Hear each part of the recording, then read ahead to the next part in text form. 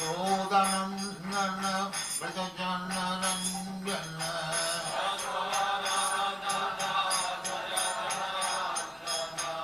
यमुना तीरवनचारी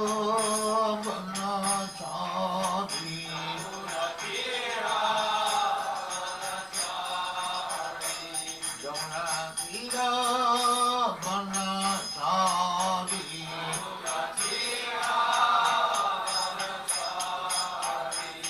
जय राधा माधव कुंज बिहारी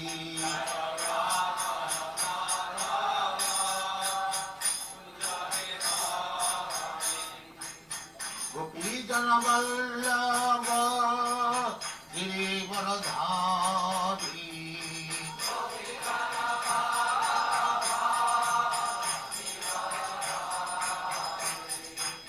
गोपी जन वल्लभ गिरिवरधारी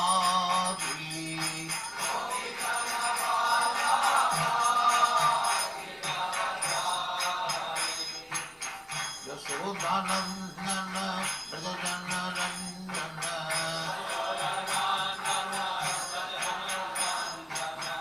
यशोदानन्दन व्रजजनरञ्जन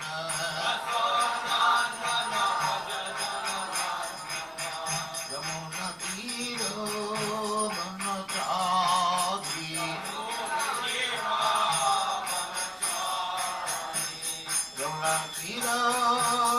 यमुनतीरोवनचारी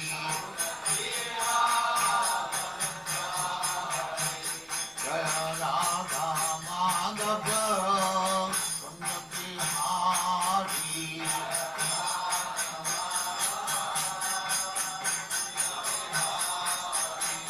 जय राधा माधव कुंज बिहारी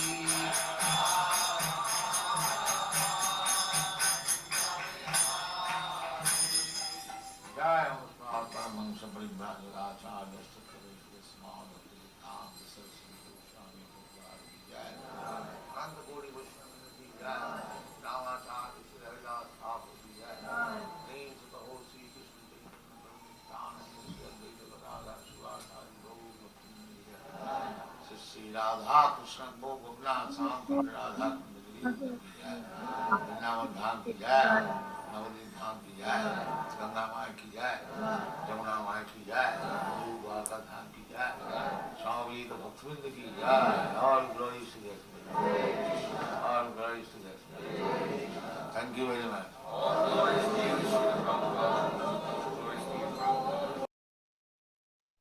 ओम नमो भगवते वासुदेवाय।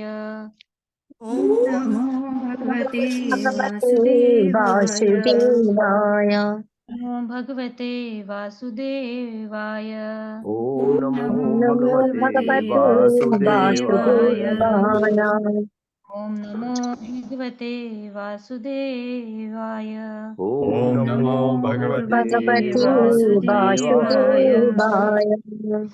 नारायणं नमस्कृत्य नारायणं नमस्कृत्य दैव नरोत्तमं नरं चैव नरोत्तमम् देवीं सरस्वतीं व्यासं देवीं सरस्वतीं व्यासं व्यासं ततो जयमुदीरयेत्। जयमुदीरयेत्। नष्टप्रायेषु अभद्रेषु नष्टप्रायेषु भद्रेषु भद्रेषु भागवत सेवया नित्यं भगवत भागवत सेवया सेवया भगवते उत्तम श्लोके भगवते भगवते उत्तमश्लोके श्लोके भगवती नैष्टिकी। भक्तिर्भवति भगवति नैष्ठिकी। नैष्ठिकी। हरे कृष्णा, सभी का स्वागत है भागवतम की कक्षा में। माता जी हरे कल कृष्ण माता कहाँ तक किए थे श्लोक? हरे कृष्णा जी। कहाँ तक किए थे माता जी श्लोक हमने? माता जी 10 तक किए थे। ओके, तो जैसे अग्निद्र महाराज जी तपस्या कर रहे थे मंदार पर्वत पर, तो आगे कल हम थोड़ा और जो ब्रह्मांड का भौगोलिक वर्णन है तो उसमें हम देखेंगे ये मंदार पर्वत कहाँ है, और फिर प्रियव्रत महाराज जी जो गंधमादन पर्वत पर तपस्या कर रहे थे वो पर्वत कहाँ पर है। तो ये तपस्या कर रहे थे, तो ब्रह्मा जी ने अप्सरा भेजी पूर्व चित्ती, और पूर्व चित्ती के प्रति आकर्षित होकर उनका विवेक भी खो गया कि ये स्त्री है या पुरुष है। तो इस प्रकार उसको ब्राह्मण, द्विजवर ऐसे उपाधि देकर वो पुकार भी रहे हैं और उसकी स्तुति भी कर रहे हैं उसकी तरफ आकर्षित होकर। तो 11वें श्लोक से हम आगे बढ़ेंगे।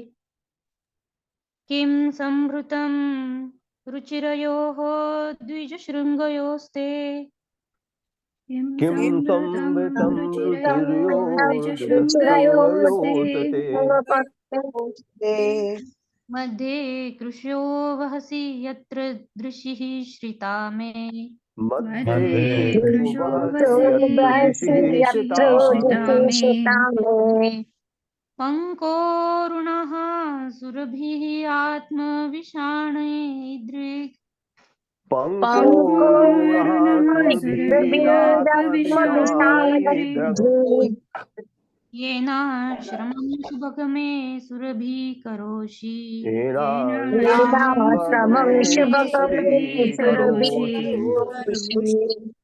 शब्दार्थ किम क्या संवृतम भरा हुआ रुचिरयोः अत्यंत सुंदर द्विज है ब्राह्मण श्रृंगयोः दो सिंगों के भीतर ते तुम्हारा मध्य बीच में कृशः पतली भसी धारण करते हो यत्र जिसमें दृशि आंखें श्रिता टिकी हुई में मेरी पंख चूर्ण अरुणः लाल सुरभि सुगंधित आत्मविषाणे दो सिंगों पर इद्रिक ऐसा येन जिसके द्वारा आश्रम सुभग हे भाग्यवान मैं मेरा सुरभि करोशी सुगंधित बना रहे हो।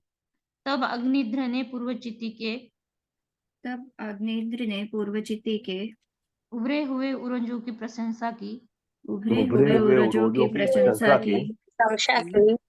उन्होंने कहा उन्होंने कहा हे ब्राह्मण तुम्हारी कमर अत्यंत पतली है हे ब्राह्मण तुम्हारी कमर अत्यंत पतली है किंतु फिर भी तुम कष्ट सहकर किंतु फिर भी तुम कष्ट सहकर इन दो सिंगों को धारण कर रहे हो इन दो सिंहों को धारण कर रहे हो जिन पर मेरे नेत्र अटक गए हैं। जिन पर मेरे नेत्र अटक गए हैं। इन दोनों सुंदर सिंगों के भीतर क्या भरा है। इन दोनों सुंदर सिंहों के भीतर क्या भरा है। तुमने इनके ऊपर सुगंधित लाल लाल चूर्ण छिड़क रखा है। लाल चूर्ण छिड़क रखा है। मानो अरुणोदय का सूर्य हो। मानो अरुणोदय का सूर्य हो। हे भाग्यवान क्या मैं पूछ सकता हूँ। हे भाग्यवान क्या मैं पूछ सकता हूँ। तुम्हें ऐसा सुगंधित चूर्ण कहाँ से मिला। तुम्हें ऐसा सुगंधित चूर्ण कहाँ से मिला। जो मेरे आश्रम को सुरभित कर रहा है। जो मेरे आश्रम को सुरभित कर रहा है। तात्पर्य माता जी। हरे कृष्ण अशोक प्रभु जी। हरे कृष्ण माता जी दंडवत प्रणाम। शीला प्रभुपाद जी की जय। शीला प्रभुपाद जी द्वारा तात्पर्य। आग्निद ने पूर्ण चित्त के उन्नत उरोजों की प्रशंसा की। उसके उरोजों को देखकर वो लगभग प्रमत्त हो उठा तो भी वो नहीं पहचान पाया कि पूर्वचित किशोर था या कोई किशोरी। इसीलिए उसने उसे द्विज हे ब्राह्मण कहकर संबोधित किया। किंतु द्विज अर्थात ब्राह्मण बालक के वक्षस्थल पर सींग क्यों हो, क्योंकि बालक की कमर पतली थी। आग्निद ने सोचा कि वो अत्यंत कठिनाई से इनका भार ढो रहा है, अतः इनके भीतर अवश्य ही कुछ मूल्यवान वस्तु भरी होगी, अन्यथा वो उनको क्यों वहन कर रहा है। जब किसी स्त्री की कटी पतली और उरोज उठे हुए होते हैं तो वो अत्यंत आकर्षक लगती है। आग्निद ने मोहित नेत्रों से किस शरीर वाली लड़की के लाल स्तनों का चिंतन किया और कल्पना की कि उसके नितंब इसको कैसे वहन करते होंगे। आग्निद ने कल्पना की कि उसके उन्नत उरोज उसके दो सींग हैं, जिन्हें उसने वस्त्र से इसलिए ढक रखा था जिससे उनके भीतर के बहुमूल्य पदार्थ को कोई देख न सके। किंतु आग्निद उनको देखने के लिए अत्यंत व्यग्र था, अतः उसने प्रार्थना की कृपया इसे आवरण हटा दो जिससे मैं देख सकूं कि इनके भीतर क्या भरा है। विश्वास रखो कि मैं उन्हें ले नहीं भागूंगा। यदि तुम्हें कुछ असुविधा हो तो क्या मैं स्वयं खोलकर देख सकता हूँ कि इन उन्नत सिंहों के भीतर क्या है। वे उसके स्तनों के ऊपर फैले हुए सुरभित कुमकुम के लाल चूर्ण से चकित थे। इतने पर भी उसने पूर्व चित्ती को बालक समझकर उसे सुभग अर्थात भाग्यशाली मुनि कहकर संबोधित किया। यह बालक भाग्यशाली रहा होगा, अन्यथा इसका वहां खड़े होने से आग्नेय का पूरा आश्रम कैसे महक सकता था। हरे कृष्ण माता जी, हरे कृष्ण। धन्यवाद। हरे कृष्ण। लोकं प्रदर्शय सुरुत्तमवातावकं मे लोकं लोकं प्रदर्शय सुकृतं तावकं मे यत्रत्यः इत्थमौरसा अवयवौ अपूर्वौ यत्र सा वयवावयपूर्वौ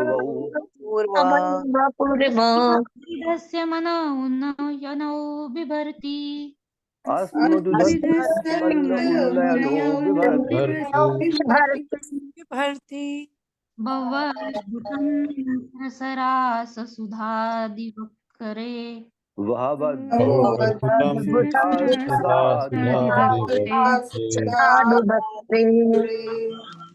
लोकम आवास्थान देश प्रदर्शय दिखा दो सुरुत्तम हे श्रेष्ठ मित्र मित्रवर तावकम इस प्रकार मैं मुझको यत्रत्यः जिसमें उत्पन्न पुरुष इत्थम इस तरह उर्सा वक्षस्थल से अवयवो दो अंग उरोज अपूर्व अपूर्व अस्मत् विधस्य मुझ जैसे व्यक्ति को मन उन्नयनो चित्त को शुद्ध कराने वाला विभर्ति बना हुआ है बहु अनेक अद्भुतम अद्भुत सरस मृदु वचन रास मुस्कान जैसा हाव भाव सुधा आदि अमृत के तुल्य वक्रे मुख में।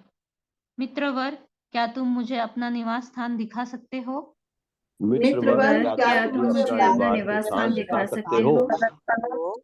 मैं कल्पना भी नहीं कर सकता कि उस स्थान के मैं कल्पना भी नहीं कर सकता कि उस स्थान के वासियों को तुम्हारे उन्नत पूर्वजों के समान वासियों को तुम्हारे उन्नत पूर्वजों के समान अद्भुत शारीरिक अंग किस तरह प्राप्त हुए हैं? अद्भुत शारीरिक अंग किस तरह प्राप्त हुए हैं? मुझ जैसे देखने वाले के मन तथा नेत्रों को उद्वेलित कर रहे हैं। जो मुझ जैसे देखने वाले को मन तथा नेत्रों को उत्तेजित कर रही है। उनकी मधुर वाणी तथा मृदु मुस्कान से उनकी मधुर वाणी तथा मृदु मुस्कान से इस निर्णय पर पहुंच चुका हूँ कि इस निर्णय पर पहुंच चुका हूँ कि क्या होगा उनके मुख में अमृत बरसता होगा। हरे कृष्ण संतोषी माता जी। हरे कृष्ण माता जी। हरे कृष्ण सभी को। श्रील प्रभुपाद जी की जय। श्रील प्रभुपाद जी के द्वारा तात्पर्य। प्रमथ आग्नेत्र ने उस स्थान को भी जानना चाहा जहाँ से वह ब्राह्मण बालक आया था और जहाँ के मनुष्यों के वक्ष स्थल इस प्रकार उठे हुए थे। उन्होंने सोचा कि संभवतः ऐसे आकर्षक अंग उनकी कठिन तपस्या के फलस्वरूप हो। आग्नेत्र ने इस बालिका को सुहृतम कहकर संबोधित किया, जिससे वह उसे वहां ले जाने से कहीं अस्वीकार न कर दे। आग्नेत्र न केवल उस बालिका के उन्नत उरोजों से मोहित थे, वरन उसकी मधुर वाणी से भी आकृष्ट थे। उन्हें ऐसा प्रतीत हुआ मानो उसके मुख से अमृत निकल रहा हो, इसलिए वे अत्यंत आश्चर्य में पड़ गए। धन्यवाद माता जी। हरे कृष्णा।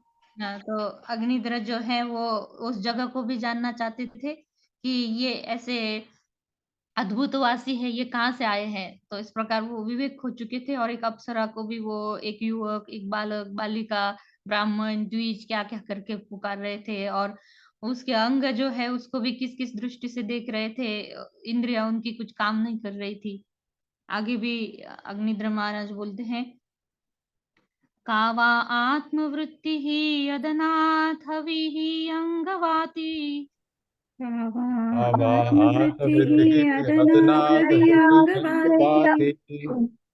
विष्णोः कलास्य निमिषोन्मकरौ च कर्णौ विष्णु कलाच्योन्निमिषोन्मुखरौ च कर्णो उद्विग्नमीनयुगलं द्विजपङ्क्तिशोची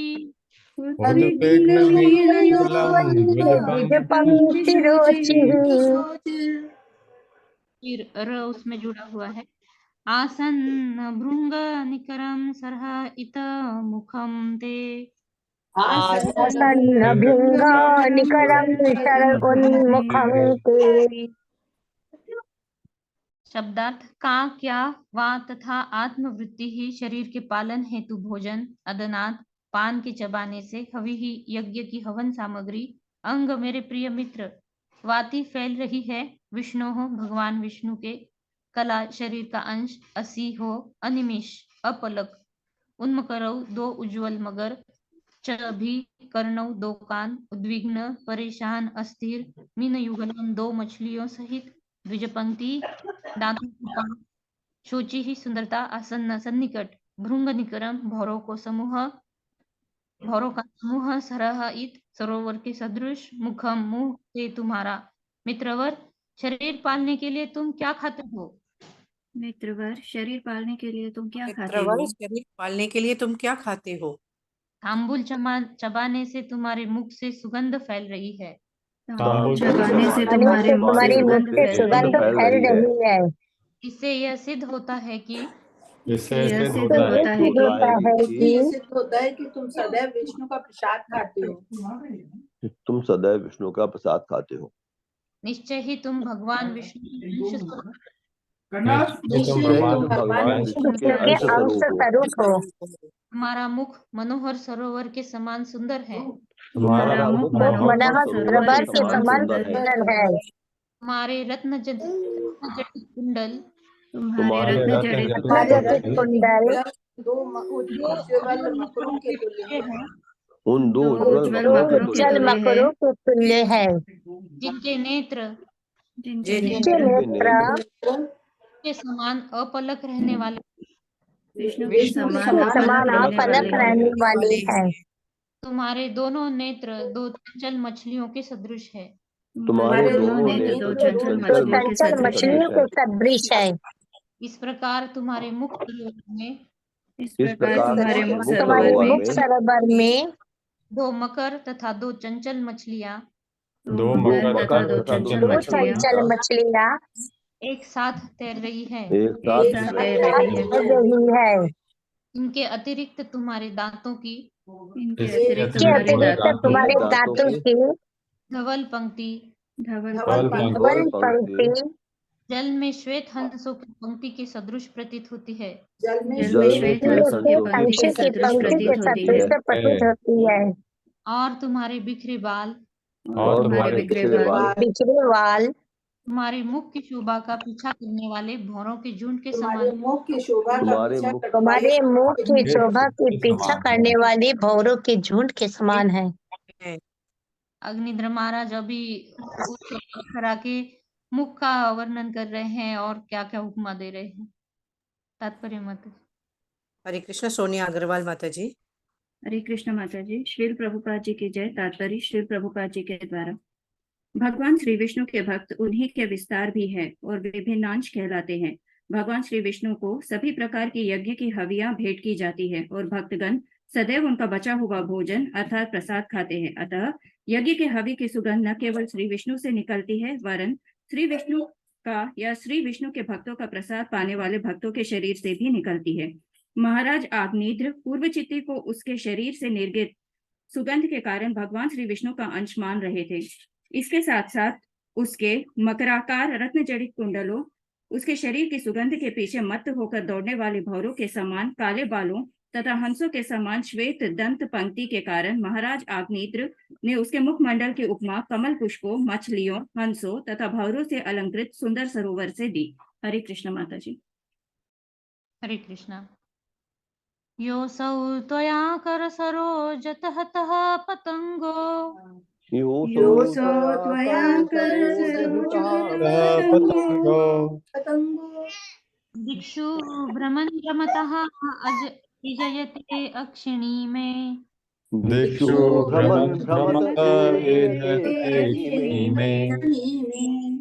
मुक्तं न ते स्मरसि वक्रजटावरूथम्। मुक्तं न ते स्मरसि वक्रजटावरूथम्। कष्टः नीलः हरति लम्पट एष नीविम्। कष्टो नीलो हरति लम्पट एष नीविम्। शब्दार्थ यहाँ जो असौ वह त्वया तुम्हारे द्वारा कर सरोज कमल के समान हथेली वाला हतहा आहत पतंग गेंद दिक्षु समस्त दिशाओं में भ्रमण घूमते हुए भ्रमतः चल अस्थिर जयते विक्षुब्ध करता है अक्षिणी नेत्रों को मैं मेरे मुक्तम बिखरे हुए न नहीं ते तुम्हारा स्मरसी क्या तुम्हें सुधि है वक्र घुंघराले जटा बालों का वरुथम समूह लटे कष्टहा कष्टदायी अनिलाहा वायु हरती बहा ले जाता है लंपटाहा धूर्त परस्त्री पर आसक्त सदृश एषहा यह निविम अधोवस्त्र मेरा मन पहले से ही चंचल है मेरा पहले से मन ही पहले चंचल ही है से चंचल है और तुम इस गेंद को और तुम और इस गेंद तुम इस को गेंद को अपनी कमल सदृश हथेली से अपनी कमल कमल सदृश सदृश हथेली से हथेली से इधर उधर फेंक कर इधर उधर फेंक कर मेरे नेत्रों को विक्षुब्ध कर रहे हो मेरे मेरे नेत्रों नेत्रों को को विक्षुब्ध कर रहे विक्षुब्ध हो कर रहे हो तुम्हारे घुंघराले केश अब बिखरे हुए हैं तुम्हारे घुंघराले केश जो बिखरे घुंघराले हुए केस हैं अब बिखरे हुए हैं किंतु तुम्हें उनको संभालने की सुधि नहीं है किंतु तुम्हें उनको संभालने की संभालने सुधि की नहीं है सुधि नहीं है तुम इन्हें संभाल क्यों नहीं लेते तुम इन्हें संभाल क्यों नहीं लेते यह धूर्त वायु यह ये धूर्त धूर्त वायु वायु बाईस स्त्रियों में आसक्त लंपट पुरुष के समान स्त्रियों में स्त्रियों आसक्त में लंपट आसक्त पुरुषों के लंपट समान पुरुष के समान तुम्हारे अधो वस्त्रों को उठाने का प्रयत्न कर रहा है तुम्हारे अधवस्त्रों को उठाने का प्रयत्न कर रहे हैं क्या तुम्हें इसकी खबर नहीं है क्या क्या तुम्हें तुम्हें इसकी इसकी खबर खबर नहीं है नहीं है अरे माता जी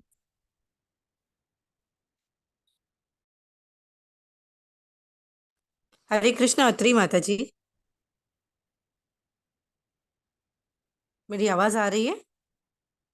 जी जी माता जी आ रही है हरे कृष्ण हरे अत्री कृष्ण माता माता जी। जी हरे कृष्ण माता जी तात्पर्य श्रील प्रभुपाद की जय श्रील प्रभुपाद के द्वारा पूर्वचित्ती अपने हाथों में गेंद लिए हुए खेल रही थी जो उसकी कमल प्रीत हथेली में पकड़े एक अन्य कमल पुष्प जैसा लग रहा था इधर उधर गति करने से उसका केस शिथिल हो गए थे और उसका निविबंधन खुल रहा था ऐसा प्रतीत हो रहा था मानो धूर्त बाहु उसे नग्न करना चाह रहा हो फिर भी उसे अपने बाल संवारने या अपना वस्तु संभालने की कोई परवाह नहीं की जैसे महाराज अग्निध्रो ने इस बाला की अनावृत सुंदरता का दर्शन करने का प्रयास किया वैसे ही उसके हाव भाव से उनके नेत्र चंचल हो उठे हरे कृष्ण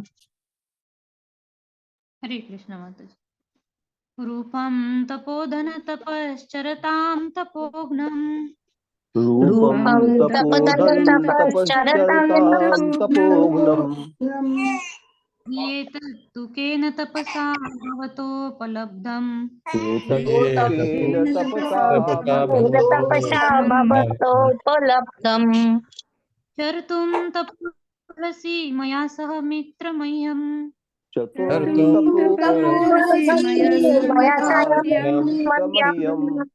किं वा प्रसीदति स वै भवभावनो मे किं वा प्रसीदति स वै भवभावनो मे।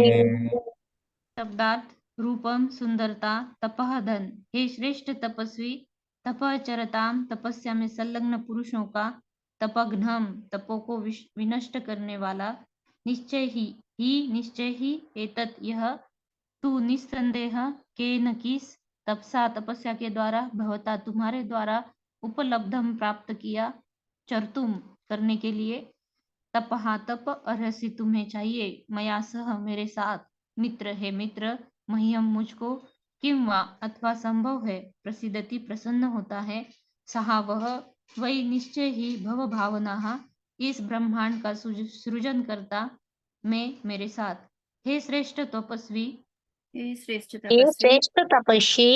तपस्वी दूसरों की तपस्या को भंग करने वाला दूसरों की तपस्या को भंग करने वाला यह अद्भुत रूप कहाँ से प्राप्त हुआ यह अद्भुत कहाँ से प्राप्त हुआ तुमने ये कला कहाँ से सीखी तुमने यह कला कहाँ से कहाँ से सीखी सीखी हे मित्र हे मित्र तुमने इस सुंदरता को प्राप्त करने के लिए तुमने सुंदरता को प्राप्त सुंदरता को करने प्राप्त के करने के लिए कौन सा तप किया है? कौन सा तप तप है? किया है।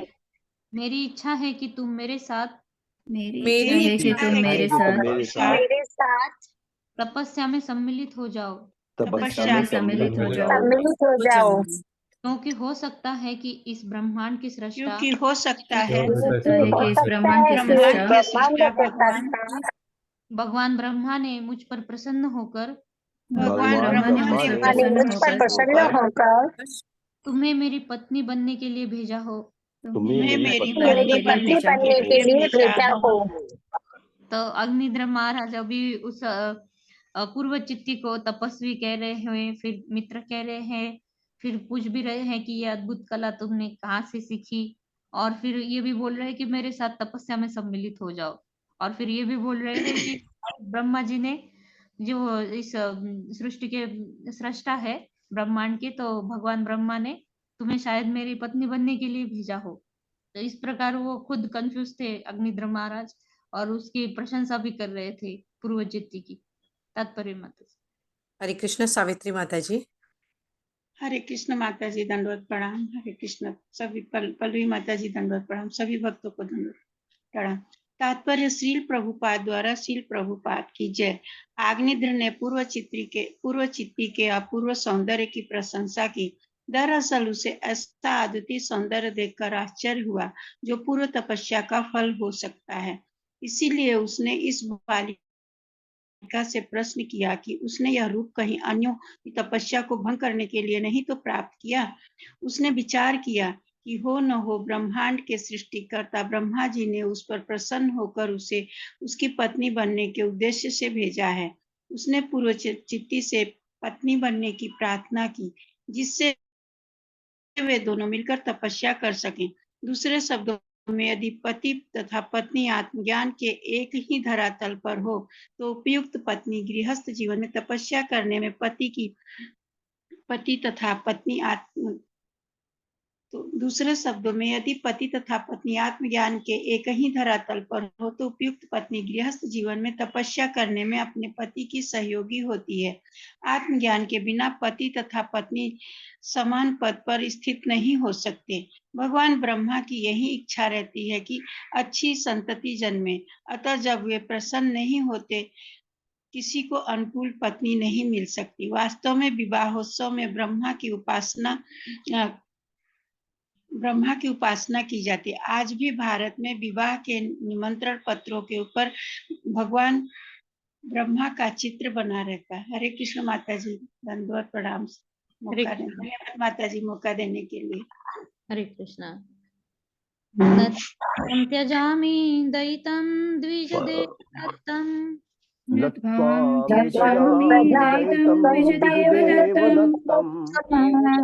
यस्मिन् मनोदृगपिनो न वियाति लग्नम्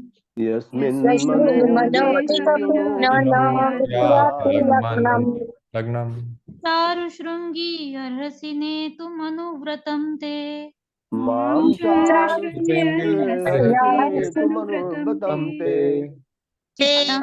यतः प्रतिसरन्तु शिवाः सचिव्यः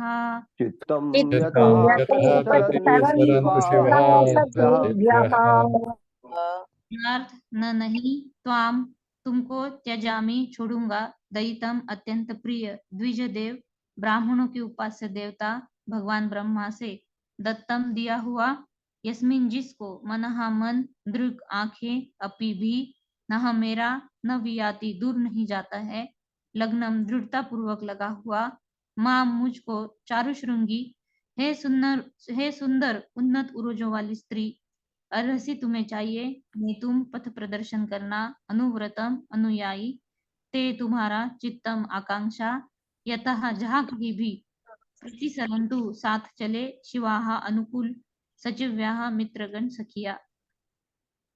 ब्राह्मणों के द्वारा पूजित भगवान ब्रह्मा ने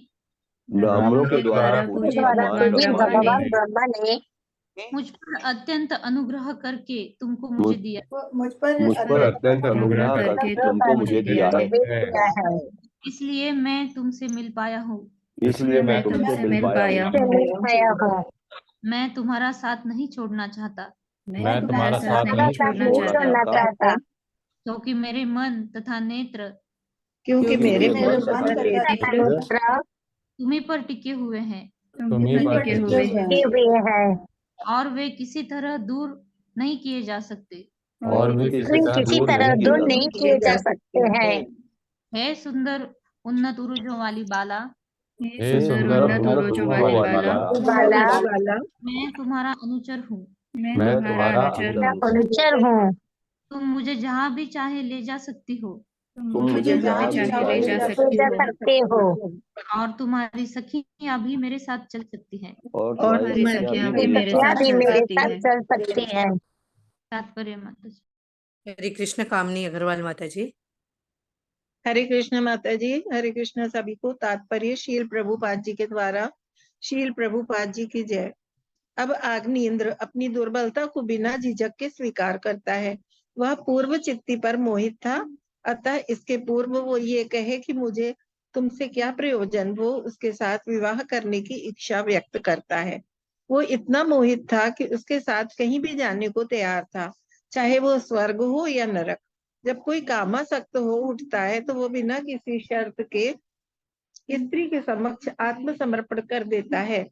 इस संबंध में श्री शील माधवाचार्य का कथन है कि जब कोई सनकी व्यक्ति की तरह हंसी मजाक करने लगता है तो वो कुछ भी कह सकता है, किंतु उसके शब्द निरर्थक होते हैं। हरे कृष्ण माता जी। हरे कृष्ण। तो धन्यवाद माता जी। यहाँ तक जो है अग्निद्र महाराज पूर्व चित्ती का प्रशंसा कर रहे हैं और उसके सौंदर्य का और उसका वर्णन किए उन्होंने। अभी आगे जो है वो पूर्व चित्ती से विवाह करके फिर किस प्रकार आगे उनका वंश बढ़ता है उसको पढ़ेंगे। ये लास्ट श्लोक हम आज करेंगे। श्री शुक उवाच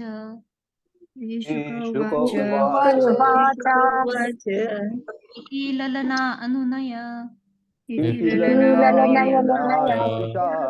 शारदो विशारदः अति विशारद ग्राम्य वैदिग्धया परिभाषया परिभाषया विबुधवधूं विभूतमतिः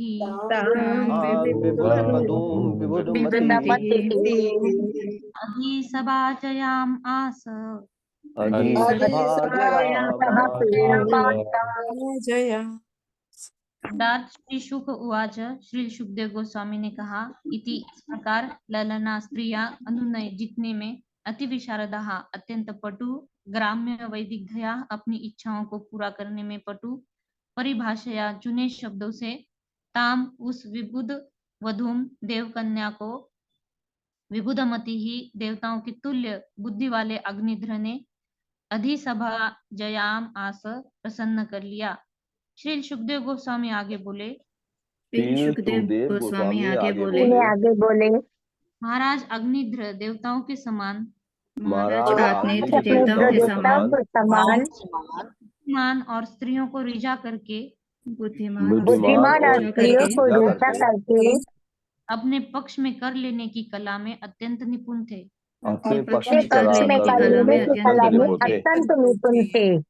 अतः उन्होंने उस स्वर्ग कन्या को कन्या को अपनी काम पूर्ण वाणी से अपनी काम पूर्ण वाणी से प्रसन्न करके प्रसन्न करके में कर लिया। अपने पक्ष में अपने पक्ष में अपने कर पक्ष लिया। में कर लिया।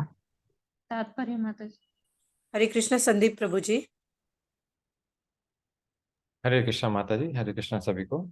तात्पर्य शीला प्रभुपाद के द्वारा शीला प्रभुपाद की जय।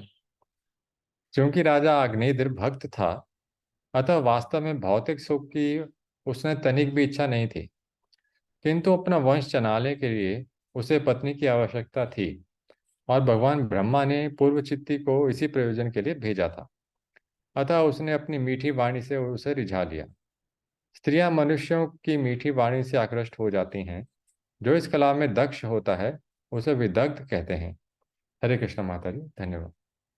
हरे कृष्णा। तो सुखदेव गोस्वामी जी यहाँ पर कहते हैं कि अग्निद्र महाराज भले ही यहाँ पर पूर्व चित्ती के लिए ऐसे ऐसे उपमा दे रहे हैं, लेकिन प्रभुपाद जी तात्पर्य में कहते हैं कि वो भक्त थे अग्निद्र महाराज और उनको वंश चलाना था आगे। और जैसे पहले हमने देखा कि उनको पितृलोक में जाने की इच्छा थी, तो उसके लिए उनको ये पात्र पत्नी की उनको जरूरत थी।